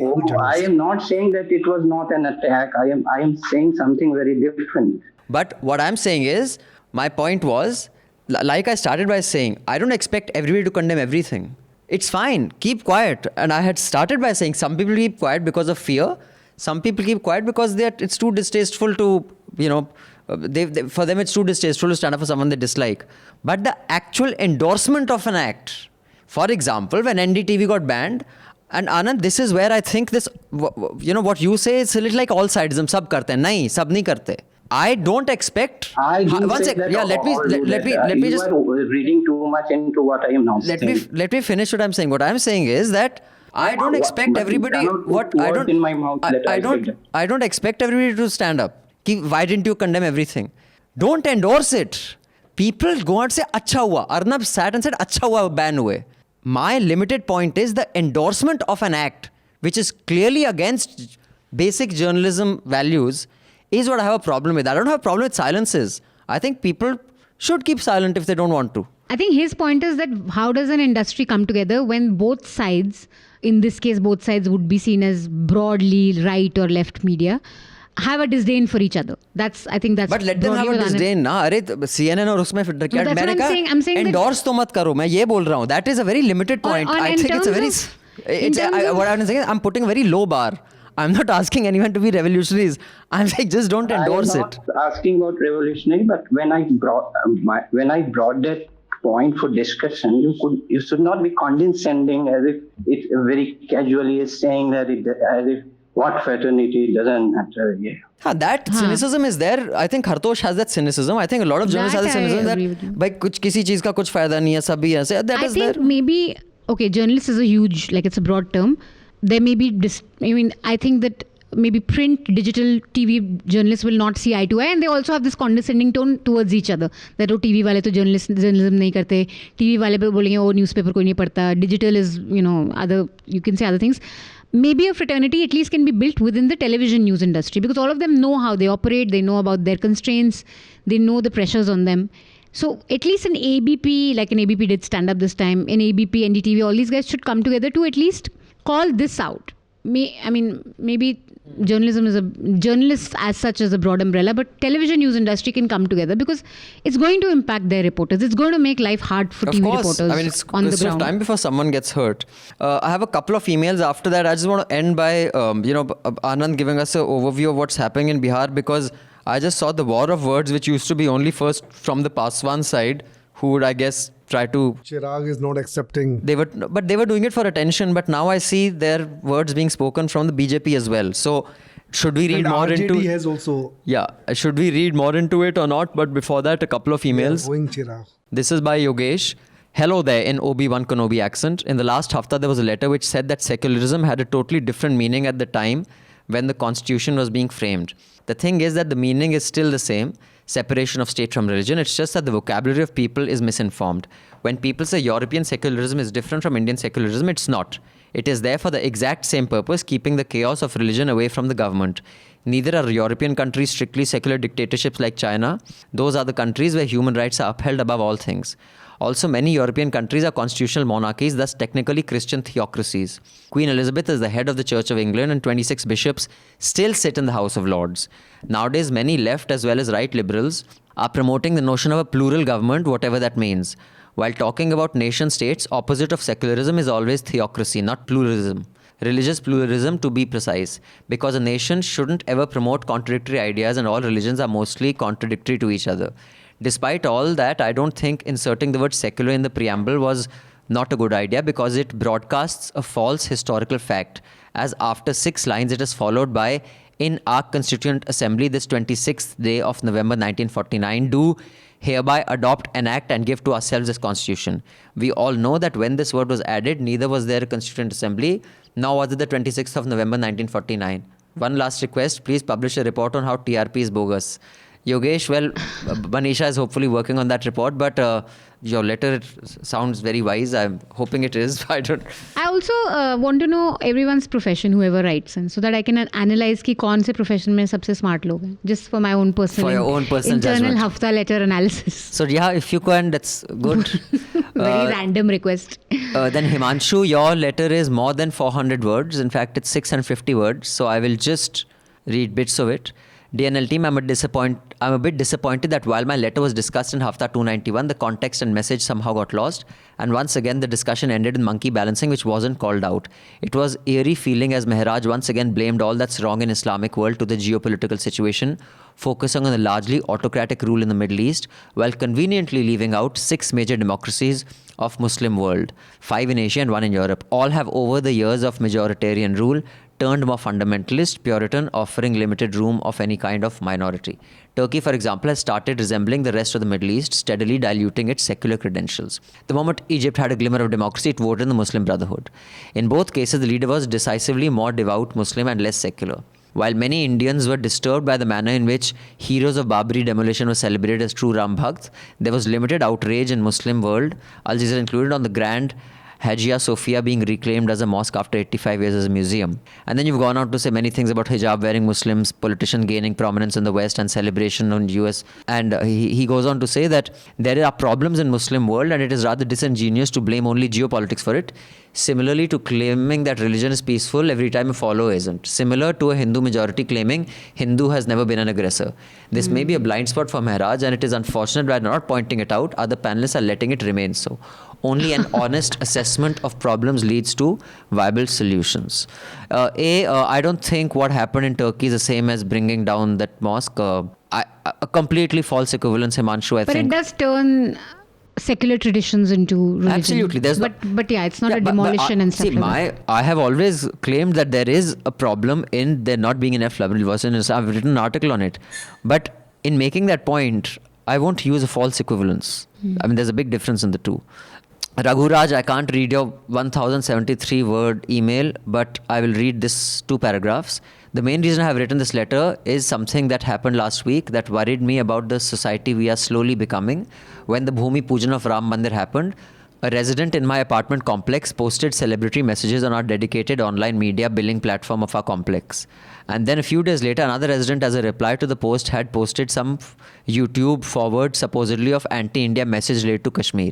Now the second resident is banned from the platform for divisive post, while the Ram Mandir post is totally okay as per our apparent association. Unfortunately, that is not where the overreaction ends. A notice was sent out to on the same platform by the apartment association, screenshots of which are attached. They have branded the second poster as a terrorist, and the apartment telegram group had more residents supporting the association's move and attacking that said residents and labeling this person with various monikers just short of a terrorist. And you've put out some of the posts from your society group. You are absolutely, I can't go over, your full I think we mail. should publish it, this letter. Well, I don't think we can publish the letter. Okay, Lippy, just have a look at this letter. Send it through, because if there are any claims made, they should be verified if they are specific of any society being named. But I had a similar experience on my a group that I'm on, where it is a fun and games group. There are no political messaging. That group is, I think, some 7 years old, and maybe it's just, I think 2014 is when he made that group, 2015. So it's 5 years old, 5 or 6 years old. And for the first time, that group suddenly broke into Jai Shri Ram. Someone said something. And I said, what the fuck are you guys doing? I mean, like what? So you're absolutely right. And this email is from Mohit. Mohit says, I would like to point out some facts regarding the discussion on maternity benefits in India and other Western countries and period leave. In most Western countries where parental leave is mandated, reduced pay is typically paid by the state and not by the employer. While the employer may directly pay to reduce paperwork, they are reimbursed by the state to a large extent. Some employers may want to pay more for competitive reasons, but the government does not mandate it. In India, the majority of the cost is borne by the employer, and maybe that shows up as low female participation in the labor force. Regarding the issue of period leave, it is complete bullshit by Zomato. They are a company that does not even employ the vast majority of people working for it and pays no regular salary to them. The issue of benefits does not even arise for the delivery employees. Companies like Zomato rely on the laziness of the media and the upper middle class to avoid hard conversations about labor reform by raising such non-issues. I expect the NL team and Hafta to not fall for such peacock dances. Good point. Zomato has not exactly... I had raised that. Right. I was asking how many people they employ. How many women they employ. Yeah, that's true. So how can you buy this? Yeah. So thank you for that. Appreciate it. Now, if you could just tell us, Anand, on what does this new little tutu meme mean, and generally how are things looking there in Bihar with the run-up to the election? I think the background to this, what you can say, anxieties of LJP. I think 2 weeks back I explained the run-up to it, which is what have been the immediate triggers and the little things that have triggered it. And the larger context is, of course, the scramble for around 16 to 18% of Dalit votes in the state. And the problem is that there have become too many claimants on that segment of vote. And one interesting thing is that LJP has not a single MLA in the existing Bihar Assembly, and it's all chances are because of its good performance in the Lok Sabha elections last year, and in which it had won 6 seats because of the arrangement it had struck with NDA, and that is BJP and JDU. Now, the overall management of the crisis seems to be that Mr. Paswan is keen on continuing in the union cabinet, so he cannot draw sutters on his alliance with NDA in Bihar. But his son is not at ease with NDA partners in Bihar. But he has, after few rounds of talks. Newspaper reports he has say that he has reconciled. So that is it. If further developments go other way, I can't say. All right. So thank you. So on that note, I would like to once again appeal to everyone, do pay to keep news free. Subscribe to newslaundry.com. Thank you for those of you who did subscribe last week, and many of you did. We had lots of new subscribers. Spread the word. Tell your friends, family, relatives who do value news to subscribe to whatever news platform they like, if they can pay and contribute to keeping news and journalism alive. I have a wonderful song which actually came to me because, but before that we will have the recommendations, but I just want to tease the song. I was inspired by, when this one Kangana Ranaut landed at the airport, and there was all this Karni Sena came, Shiv Sena came, and airports that were so soona, उनमें फिर से रौनक आ गई थी और सब journalist ही पहुंच गए थे. तो it was nice to see. Let's come with the recommendations. Anand, you want to go first? My recommendation is the India Way, the new book by our General Affairs Minister S. Jaishankar. It's a thin book. This has come out this week, and just I finished reading it last night. It's a contemporary take on the strategic positioning of India and the new frames of analysis which are needed at this time. Also, for students, it gives an overall geopolitical picture of different regional players in our subcontinent as well as extended neighborhood. So these are my two. Thank you, Anand. Raman sir. There are several stories of News Laundry. Manisha's story on Republic, Nidhi's story about Ria and those Facebook, Justice for humans for Sushant. And who are these humans? Atul's story on Prasar Bharati. That was also a beautiful story. And apart from this, the three stories from News Laundry, there's one story from the Ken, which India's 49 million COVID tests hide more than they reveal. So it's an analytical piece, very well analyzed, of the test that the country is conducting. That is RT-PCR and the antigen. So the dichotomy between the two and how the true picture of COVID cases is not coming out, and the article is also dealing with the prices of how the private labs are overcharging. The price is just $200 or $150 of the kit. So the labs are charging about. And the News Laundry stories? The News Laundry stories are three stories: Manisha, Nidhi, Atul story on Prasar Bharati. So we have three stories. Manisha's on the Republic, Nidhi's on the online hate on Ria, and the Prasar Bharati. Yeah. I really want to recommend, you must read Nidhi's story on the guys behind some of the guys behind Justice for SSR campaign, and two stories that I read on Republic. And along with that, Ben Smith's piece in New York Times, I thought was pretty nice, which is journalists are not supposed to be the enemy of the people, but they're not your friends either. So media recommendations from my side. Right. So my recommendation is a podcast, The Murderer, the Boy King, and the Invention of Modern Finance. It is the most fascinating story of this outlaw. His name is John Law. He was convicted for murder, I think, in Ireland or somewhere, and then he went to France and he created the modern banking system as we know it in the 1700s. And I'm not surprised to note that the genesis and the foundation of banking was laid by crooks, and it has continued ever since. So the more things change, the more they remain the same. On that note, thank you, panel. Thank you, Anand. Stay safe there in Bihar. Thank you. Thank you, Manisha and Raman sir. Thank you. And I will leave you with this song. When I saw the hustle and bustle at the Mumbai airport, when Kangana landed, I just wanted this song to play in the background.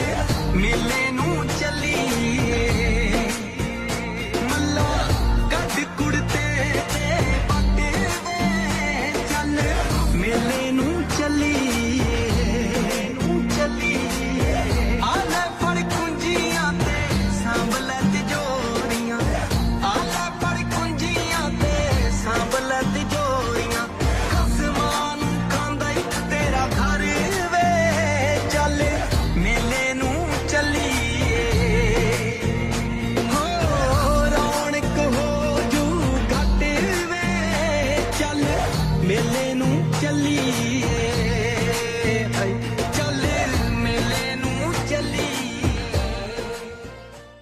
All the News Laundry podcasts are available on Stitcher, iTunes, and any other podcast platform. Please subscribe to News Laundry. Help us keep news independent. To catch all our podcasts on news, pop culture, current affairs, and sport, visit newslaundry.com. Follow us on Facebook, Twitter, and Instagram, and subscribe to our YouTube channel.